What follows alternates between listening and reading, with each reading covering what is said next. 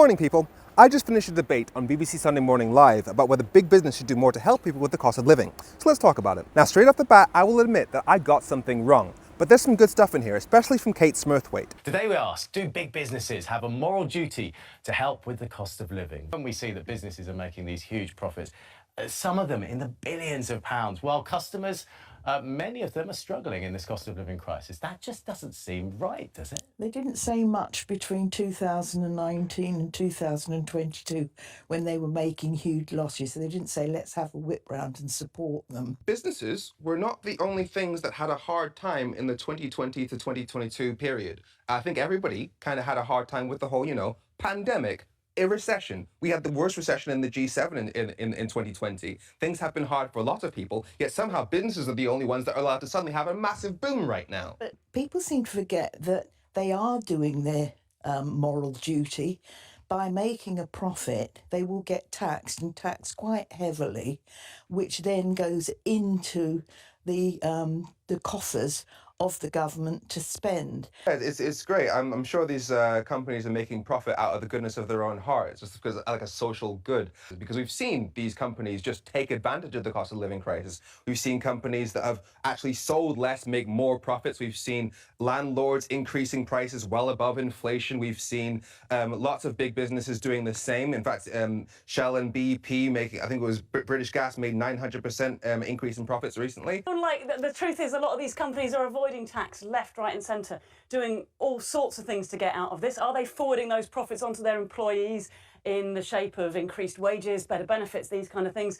No, we're seeing that's not happening. Jeremy Hunt is in a very, very strange position writing about it. He's the Chancellor. Yeah. He is the one person in the country who has the power to change this. If you feel strongly that companies should do more to help people, you should write to your MP, which in his case is Jeremy Hunt, and that MP should write to the Chancellor of the Exchequer, which is Jeremy Hunt, and Jeremy Hunt should do something. Put some regulation in, tax these companies and spend that money. Talking about taxing the rich, the UK has one of the lowest corporation tax rates in Europe. No, it doesn't. No, it hasn't. It's 25%. He's right.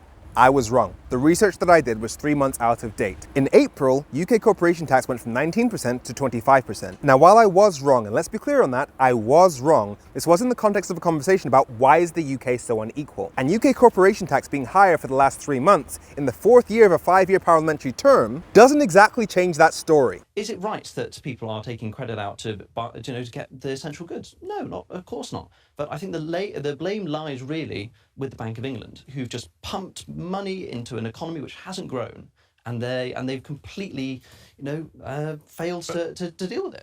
I think they might be talking about the money that was spent on furlough. The thing that kept people from starving during a pandemic. But blaming the Bank of England for raising interest rates to fight inflation, when the Bank of England is saying that the Brexit that you supported is making inflation worse? Wow. Not to mention complaining about economic growth when your Brexit took 4% off our economy, an equivalent of £100 billion a year. The hypocrisy is incredible. We keep talking about inflation, and we're right to talk about inflation. Inflation is through the roof. But if you look at, there's another number out there, we'll call the production price inflation, which says what is happening to the cost of raw materials and energy that we're putting into the manufacturing industry, and what is happening to the sort of factory gate price of products that have been manufactured when they leave the manufacturing industry in the UK. And the answer is that inflation for those two factors has been falling for over a year. And yet the consumer price inflation has continued to go up and up. And so what's happening is that companies are now able to make products more efficiently, but the benefits of that are not being passed on to the consumer. And this is exactly what's happening with the energy companies, is that there have been some falls in prices and the inflation is slowing down, and the government is not moving the energy price cap in line with that and keeping it down. And indeed, the same with interest rates. People are being charged more on their mortgages, but we're not making more on savings. So somewhere in there, somebody is just taking our money and putting it in their pockets. And it's not being obscured. It's not difficult to see what's going on. The UK is one of the most financially unequal countries in the world. We have the money. It's simply hoarded among the top 10%. Okay. And the fact is, in order to change that, You need a government that was willing to change that. Unfortunately, we have a prime minister that literally bragged about defunding poor areas to help rich ones. Yeah. We have 63% of Conservative members are against the idea of redistributing wealth to help the poorest people in society. Meanwhile, half of low-income families are skipping meals to feed their kids. That we have the money, we are choosing not to spend it. So the people who have the money should be taxed. Unfortunately, we don't have a proper democracy, which is why these people are making the decisions. One point to you about incentive. So businesses, if you take a lot of taxes, they lose the incentive.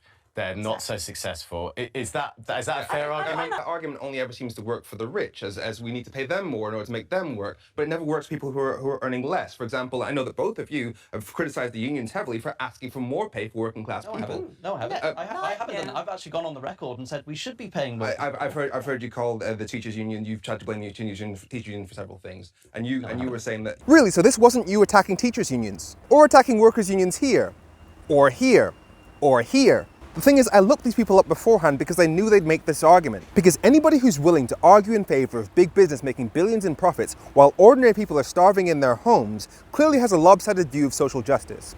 Have a great week.